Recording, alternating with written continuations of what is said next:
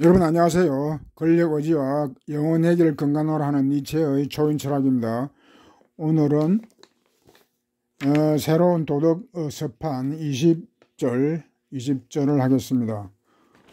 바로 들어갑니다. 오 형제들이여 그렇다면 나 잔인한가? 그러나 말하리라. 추락하고 있는 것 그것을 오히려 거듭차 주어야 한다고. 오늘날 것 모두가 추락하고 있으며 셈하고 있다. 누가 그것을 붙잡아 줄 것인가? 오히려 나는 그것을 거듭차 주고 싶다. 내용이 좀 잔인한 내용이죠. 거듭차 주고 싶다.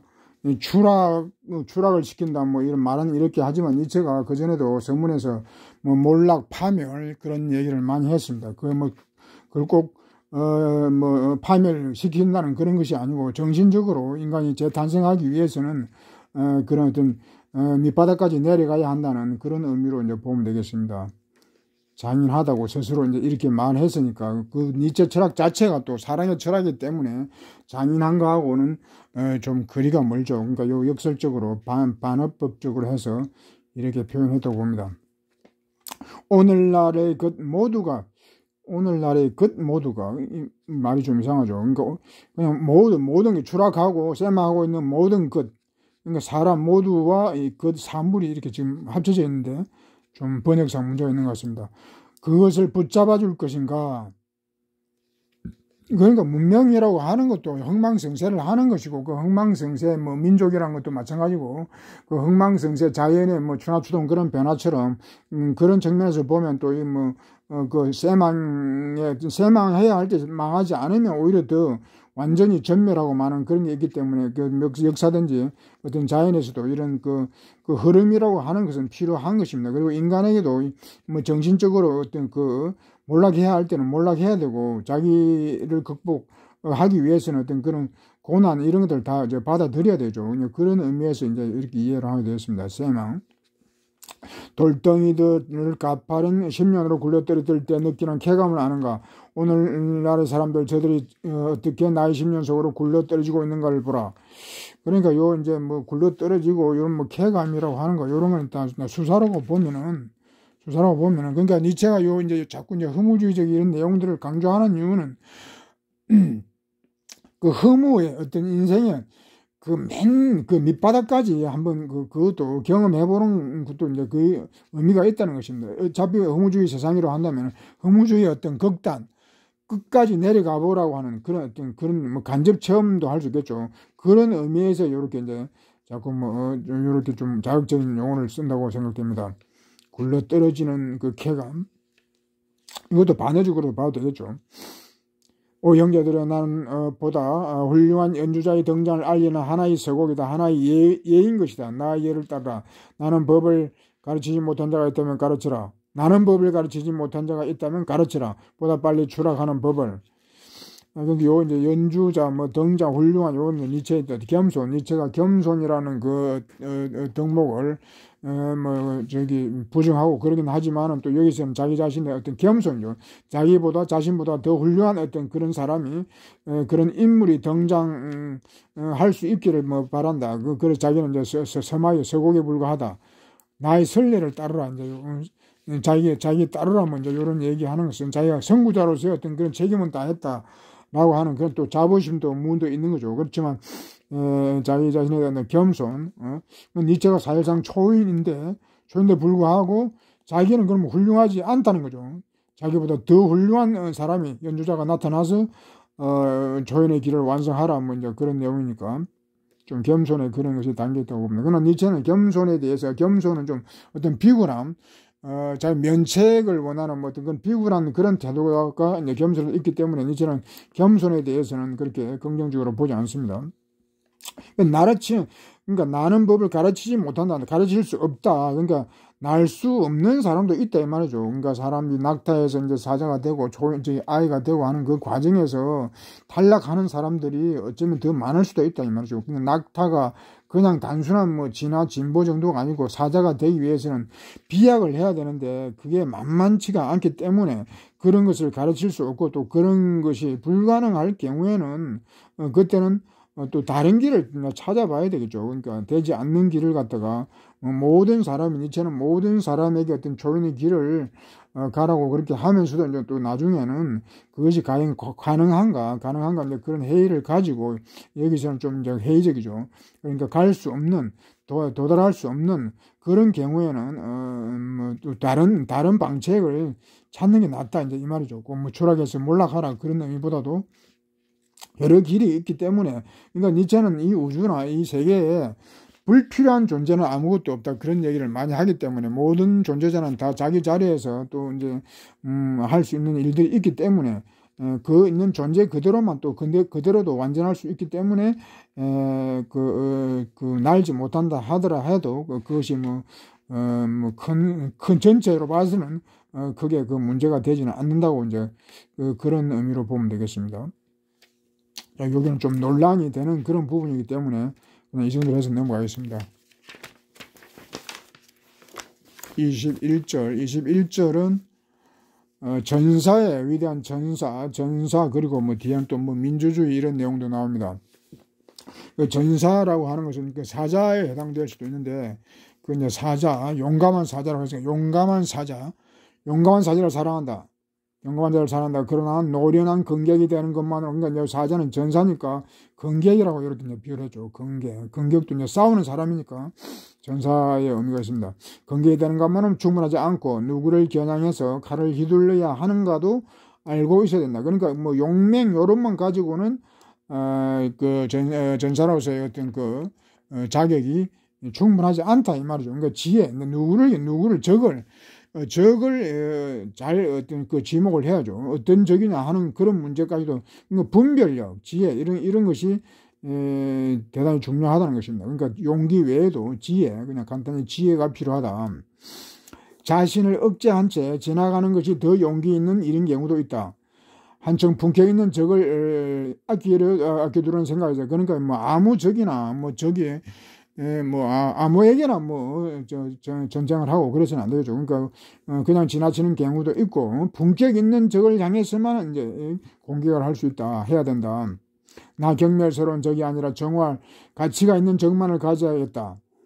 너희는 너희의 적을 자랑스럽게 생각해야 한다. 나 일찍이 그렇게 가르친 거 있죠. 요런 얘기는 그 앞에서 전쟁과 전사 거기에서 이런 얘기를 했죠. 그러니까 경멸스러운 거, 상대할 가치도 없는 그런 적들. 그러니까 사방에 다 깔렸다 하더라도 다 그것을 상대하기는 할 수는 없는 거니까. 그러니까 경멸스러운 적, 역겨운 그런 적, 상대 전혀 그런 가치가 없는 그런 존재, 그런 거는 무시하고 정화할 가치가 있는 싸울 만한 그런 적만을 일단 상대하라는 겁니다. 정화할 가치가 있는. 그리고 이제 그런 적에 대해서는 자랑스럽게 생각한다. 영광스럽게 좀 여기 어렵지만은 이렇게 돼야 된다는 거죠. 그러니까 적과의 싸워서 내가 패하고 상대가 이긴다 하더라도 그런 적을 갖다가 존중해 줄 수 있는 같이 그런 어떤 영광을 나눌 수 있는 그런 적이라는 거예요. 그런 적을 이제 대적해야 된다는 것이죠. 그러니까 요게 이제 상당히 어렵죠. 동지 간에도 동고동락 동고가 오히려 쉽고 동락이 이제 어렵다고 하는 이유가 같이 이제 어떤 그런 성리를 축하하고 같이 동락한다는 거예요. 그게 이제 질투 없이 그렇게 한다는 게 쉽지 않기 때문에 그게 어렵다고 하는데 적에 대해서는 더 어렵지만은 그런 경지에까지 가야 된다는 것입니다. 진정한 전사는 위대한 전사 같은 경우는 거의 초인에 가깝죠. 이제는 그걸 또 웃는 사자 이렇게도 말하는데. 여기서 하는 내용들이 전사 이렇게 사자급이지만은 사실 내용적으로 보면 초인과 거의 다름이 없습니다. 벗들이여 한청 품격 있는 적을 위해 너희 자신을 아껴두어야 한다. 그러기 위해서라도 많은 사람을 거들떠보지 말고 그냥 지나쳐야 할 것이다. 품격 있는 적을 만나기 위해서는 좀 이제 물러서서 많은 적들이 있더라 하더라도 그걸 이제 스쳐 지나가야 된다는 것입니다. 누구보다도 너희의 기회되고 또 이제 민중이라는 말을 요 책에서는 하는데 요 민중이라는 말은 우리말에서는 좀 긍정적인 의미로 그렇게 써오는 좀 이런 개념적인 그런 말인데 여기서 잘못 쓰고 있습니다. 민중이라기보다 그냥 대중, 군중 대중에 대해서 그러니까 오늘날 대중이라고 하는 것은 대부분의 사람들이 다 대중이 되는 것입니다. 대중, 뭐 엘리트든지 다 어떤 대중적인 어떤 그런 성질을 가지고 있기 때문에 뭐 대중문화에 다 이제 놀아나고 이제 그런 측면에서도 모든 현대인들은 다 대중이라고 할 수 있어요. 뭐 대중사회, 그렇죠. 현대사회는 대중사회. 대중사회로 하듯이, 요 대중에는 모든 만인이 다 이제 해당되는 것입니다.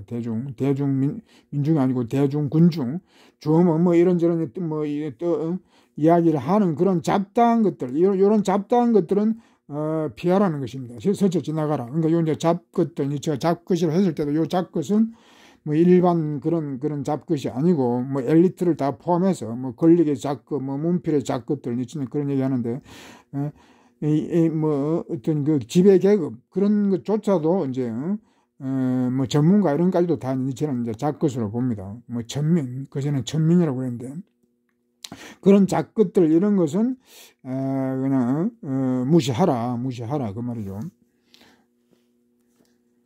저들과 이해관계에 휩쓸릴 것도 없으면 이런 잡것들, 뭐 엘리트를 포함해 그런 잡것들하고 이해관계에 휩쓸리지 말고 너희 눈을 깨끗이 지키도록 하라. 그리고 많은 정의와 많은 불의가 있어 그것을 바라보는 사람은 분경. 그게 이제 잡것들 세계에도 뭐 정의 불의가 있고 이런 뭐 갈등이 있고 뭐 대립이 있고 여러 그런 게 있는데 이제 요런 현명한 사람은 그런 것을 보면 분개하게 되죠. 이제 그런 것들이 다 무엇이 불이고 무엇이 정의고 그런 게 바로 보이기 때문에 바로 분개한다. 그렇지만은 그래도 저울 들여다보는 것과 들어 칼로 내리치는 것이 여기서는 하나다. 그러니까 그 들여다보면 너무 이제 깊이 들여다보면은 내가 칼을 뽑아서 휘두를 수 있기 때문에 지나가라는 것입니다. 그런 것을 보고 들여다보는 것과 칼을 빼는 것이 같다. 들여다보는 순간 그 선악이 바로 보이기 때문에 이제 칼을 내리치고자 하는 그런 욕구가 끌어올 수가 있죠. 그러니까 이제 그런 것을 피하라는 것입니다. 그러니 숲속으로 들어가 너희의 칼을 잠재우도록 하라. 칼을 가는 게 낫다 이 말이죠. 칼을 갈아라. 준비를 하라. 큰 싸움을 준비하라 이 말이죠. 칼을 갈아라. 너희의 길을 가라. 너희의 민중과 대중과 대중들에게는 저들의 길을 가도록 하고 그 어떤 희망의 번개도 더 이상 치지 않는 진정 어두컴컴한 길이. 그러니까 이제 전사는 전사의 길을 가야 되고 이런 대중들 이런 잡것들은에게는 뭐 그런 희망의 번개 그런 것이 보이지 않기 때문에 그런 것은 그냥 내버려 두라. 저들의 길을 가게 그냥 내버려 두라. 너무나도 이제 암흑이다 이 말이죠. 절망적 그런 상황이라는 겁니다. 있잖아요. 앞에서 그 뭐 추락 얘기했는데 여기서도 지금 그런 어떤 대중들의 어떤 그런 대중들이 뭐 사자로 그 성격하고 이런 것인데 사실 어두컴컴한 절망적인 상황이다 이제 그런 의미하고도 닿습니다. 그렇기 때문에 갈 길을 너는 내 길을 가고 저들은 저들을 가라 이렇게 말을 하는 거죠. 아직도 번쩍이는 온갖 것이 있어 있는 소상인의 황금이 있는 곳에서는 소상인들이 지배한다. 지배해도 좋다가 아니고 지배한다. 그러니까 지금 여기서부터는 이제 자본주의에 대한 어떤 상공인들, 상인들, 뭐 소상인, 뭐 소인배인데 상인으로서 현대인들 자본주의에서는 그 상인들이 지배한다 이 말이죠. 상인들이 그런 지배하는 세상이 되어버렸다 이 말이죠. 물론 나오지만은 이런 대중들도 다 이제 어떤 상인의 기절, 상인적인 어떤 그런 마인드를 이제 갖게 되죠.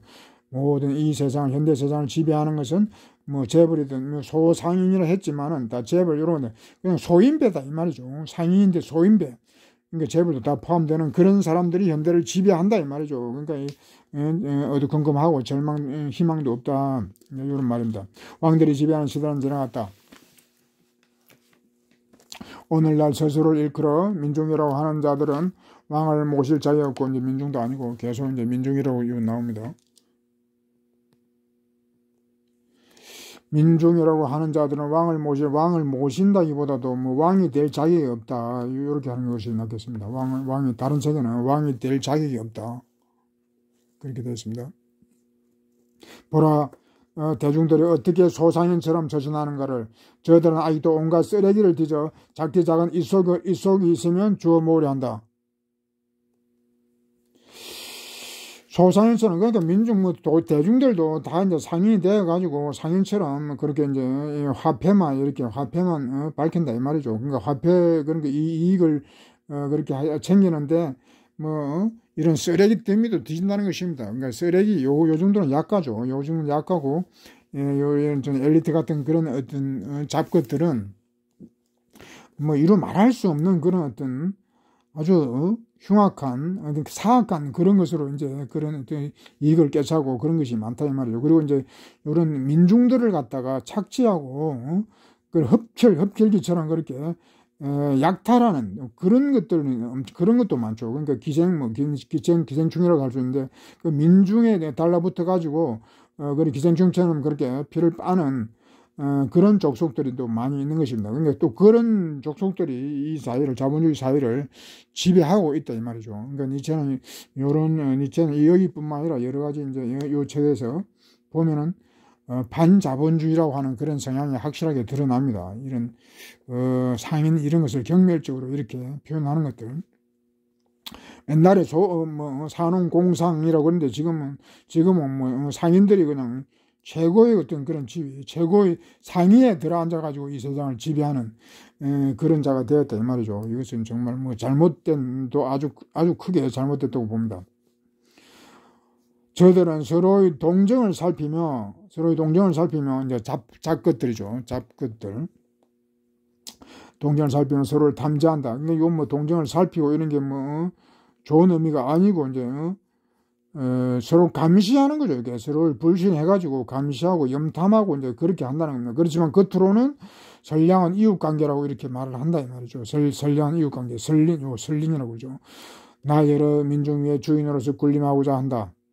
그러니까 요 이제 뭐 겉으로 친절하고 뭐 서로 좋은 관계 뭐 유지하고 뭐 배려하고 하지만은 사실은 서로 다 이제 서로 경쟁 관계고 다 이렇게 헐뜯고 뭐 서로 이제 위를 상위 뭐 이기고 성부 뭐 이런 기득권을 더 많이 확보하려고 하는 그런 경쟁 관계에 있기 때문에 이게 될 수가 없죠. 선린 관계, 선량한 이웃 관계 이게. 말로는 이렇게 하지만은 자본주의 하에서는 이런 것 자체가 가능할 수가 없다고 봅니다. 이게 나 여러 민중 위의 주인으로 군림하고자 한다. 기계를 지닌 민중이 존재했던 아복되었던 머나먼 옛날이야.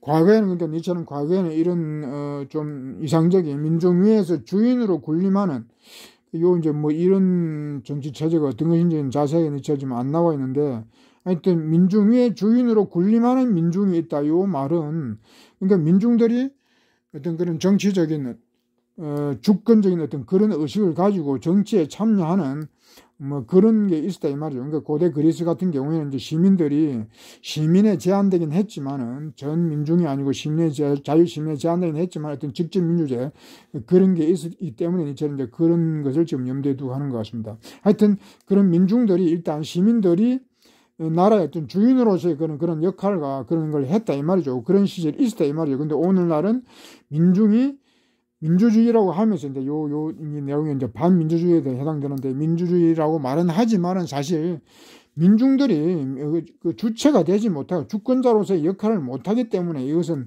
민주주의가 아니고 플라톤식으로 말하면 중의정치고 우민정치죠. 우민정치.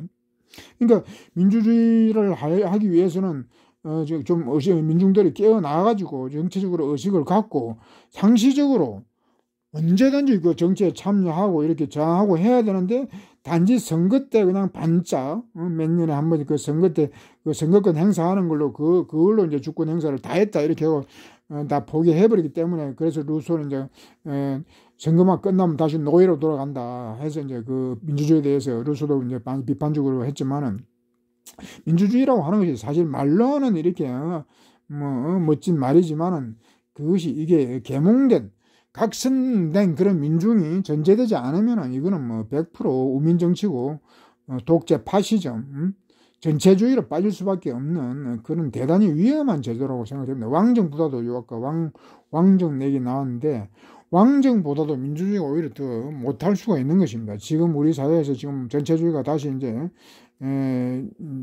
전체주의 바람이 지금 불면서 뭐 독재, 포압 정치가 지금 자행되고 있지만은, 있는 것을 보듯이 이 민주주의가 얼마나 허약하고 위험한가 하는 것은 우리가 이제 알 수 있는 것이죠. 그러니까 민주주의라고 하는 이 말이 모든 사람, 민중의 주인 되는 그런 거기 때문에 모든 사람이 주인으로서의 책임과 역할을 다하기 위해서는 어떤 그런 교양과 능력, 그런 게 이제 먼저 주어져야 되고 그런 훈련을 받아야 되는 거죠. 모든 사람들이 주권자로서의 어떤 그런 훈련을 받아야 되는데 그런 것들이 학교에서도 제대로 훈련이 되지 않고 이러다 보니까 우리 사회는 언제든지 뭐 봉건 사회로 돌아갈 수 있는 그런 위험이 있다는 것을 지금의 어떤 정권이 잘 반증해 준다고 생각됩니다.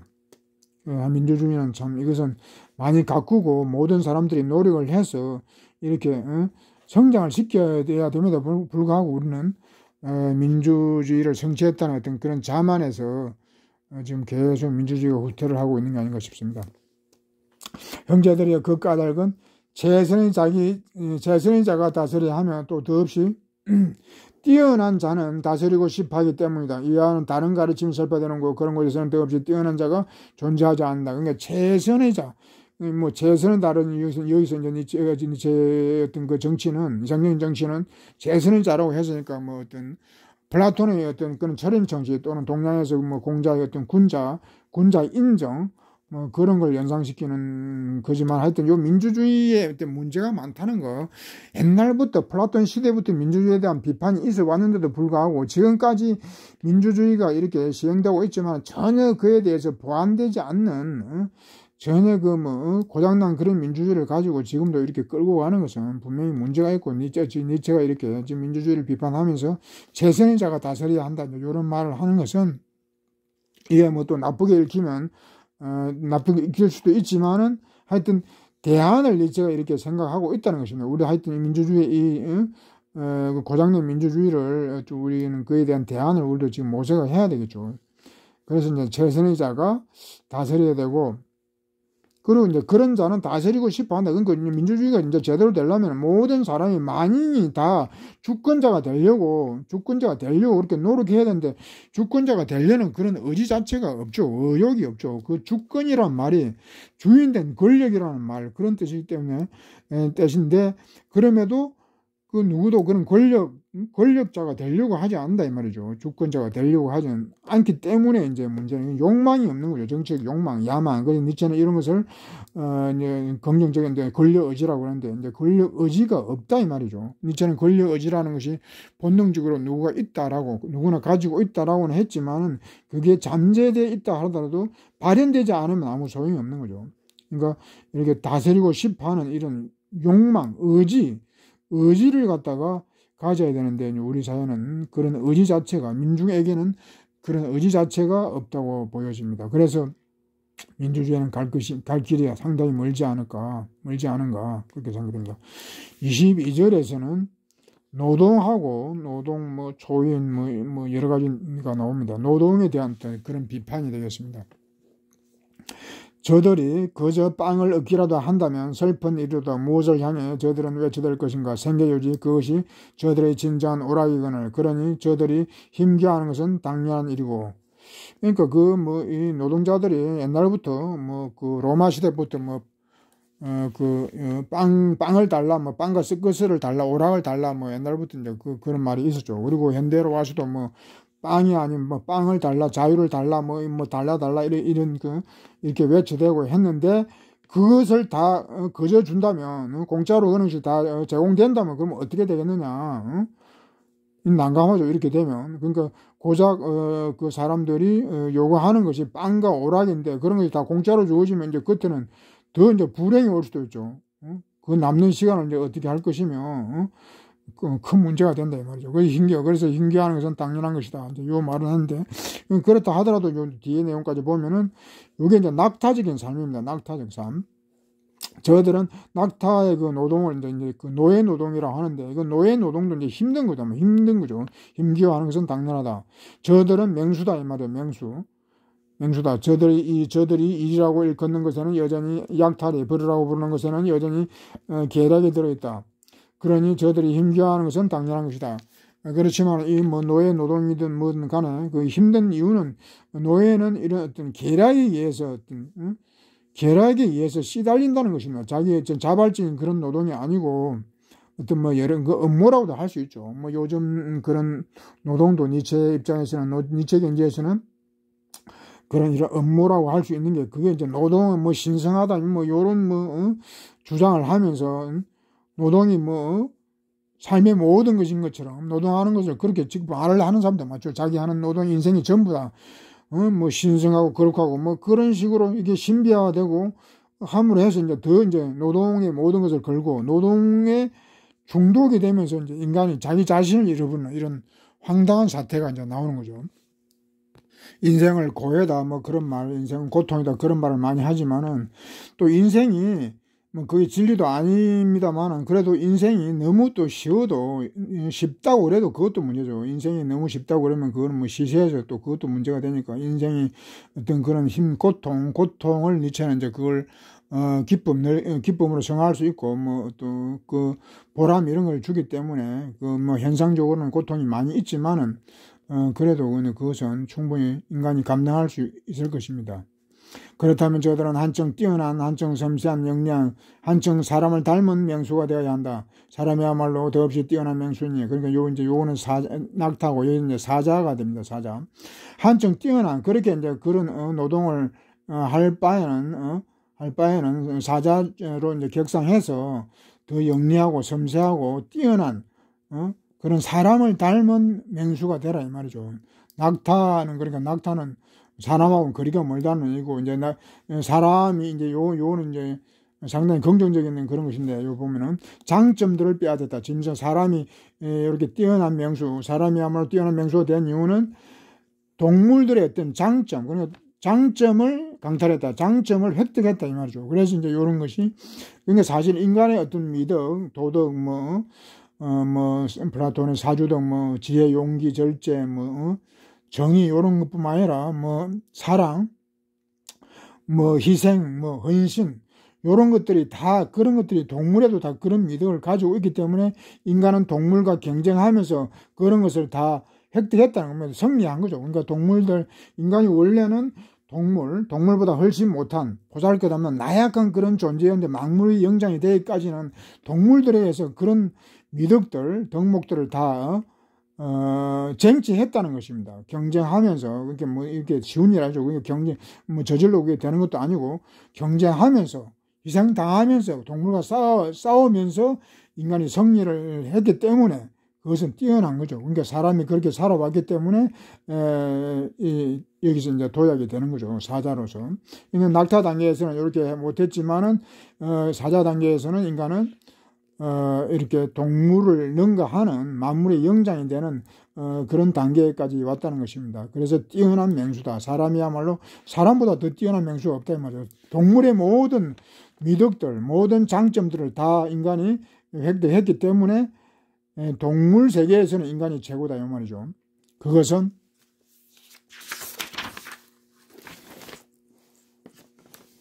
사람이 모든 짐승과 옷에 가장 힘겨운 삶을 살아왔기 때문에 이게 이제 바로 그 말이죠. 그만큼 힘들게 살았다는 것이다. 그 만물의 영장이 되기까지는 정말 엄청난 그 어떤 시련과 고통 그런 것들을 다 이겨냈다라고 하는 거죠. 그 전에 니체가 그 천개의 민족 여기 있네요. 천개의 민족 거기에서 또 이야기했죠. 인간이라고 하는 것이 저마다의 민족에게 힘겨운 것으로 여겨지던 것을 두고 하는 말이다. 그러니까 민족마다 힘겨운 것을 갖다 그것을 극복해 왔다는 그 민족 위에 가치를 기록한 서판이 있고 저마다 그 민족이 극복해낸 것을 기록해둔 서판. 전개의 목표에서 이제 이런 힘겨운 그런 역사 속에서 그런 시련들을 다 극복했기 때문에 민족이 그것을 극복했기 때문에 그게 시판에 새겨놨다는 것입니다. 그러니까 요 이제 민족뿐만 아니라 민족이 어떤 그 역사에서도 그런 시련, 힘든 일들을 겪고 그걸 다 이겨내고 이제 그래 했지만 동물과의 그런 경쟁, 동물과의 싸움에서도 인간은 엄청난 그런 승리를 구가했고 그래서 이제 그것이 힘든 일이었다, 힘들게 살아왔다. 그렇지만 만물의 영장이 되었기 때문에 영광스러운 것이죠. 그 민족도 마찬가지고 우리의 민족도 보면 그 순환사라고 하는 것은 이런 말을 할 수가 없죠. 그렇지만 그런 것을 다 극복했기 때문에 우리의 역사가 지금까지 진행되어 왔다고 봅니다. 어떤 면에서 보면 역사의 어떤 그런 존속, 지속 그것만으로도 대단한 의미가 있다고 봅니다. 그러나 이제 여기에서는 초인 아이에 해당되는 건데, 그러나 아직 새들만이 사람들이 머리에 있다. 아직 새는 되지 못했다 이 말이죠. 그러니까 동물의 뭐 어떤 그런 용맹성, 지혜, 그런 것들은 다 배우고 승리를 했는데 아직 날 수 없는 인간. 요게 이제 인간이 아직 이제 한계란 거죠. 사람들이 나는 법까지 배우게 된다면 슬픈 일이다. 어느 높이까지 그 약탈로 날아올 것인가. 참 이것은 그 니체 시대는 아직 그 비행기라고 이런 비행기가 없었기 때문에 니체는 아마 없었을 겁니다. 없었기 때문에 지금 요 새들 얘기하는데 뭐 지금은 비행기 아니라 뭐 그 이상도 있기 때문에 인간이 어떤 모든 자연의 모든 것을 정복했다라고 해도 이제 과언 아니죠. 그런데 니체는 그렇게 되더라도 이제 슬픈 일이다 이렇게 한 거는 그만큼 힘든 어떤 그런 고난의 역사를 밟아 나가야 되기 때문에 힘들다고 한 것이고, 또 이중적인 의미가 있는 것 같아요. 이제 약탈력 이런 부정적인 용어를 함으로써 그 미래가 긍정적이만은 않다. 미래에 대해서 니체는 기대하면서도 뭔가 또 이제 이런 어떤 불안한 그런 우려도 여기서 이제 내포를 한 것 같아요. 그러니까 슬픈 일이다. 그것이 새들의 인간이 요 이제 새가 된다는 것은 정신적으로는 이게 문제가 돼요. 정신적으로는 역사에서 과연 이렇게 도약을 했는가, 사자가 되고 정신적으로 사자가 되고 새가 되었는가, 이제 이렇게 물으면 또 이제 복잡한 일이죠. 물질적으로 보면 인간이 분명히 승리하고 그런 마무리 영장으로 뭐 그렇게 올랐었다고 할 수 있겠지만 정신적인 어떤 그런 것으로 보면은 상당히 부정적인 것이 있기 때문에 제가 여기서 이제 슬픈 일로다 이렇게 한 것 같습니다. 오늘은 여기까지만 하겠습니다. 수고했습니다.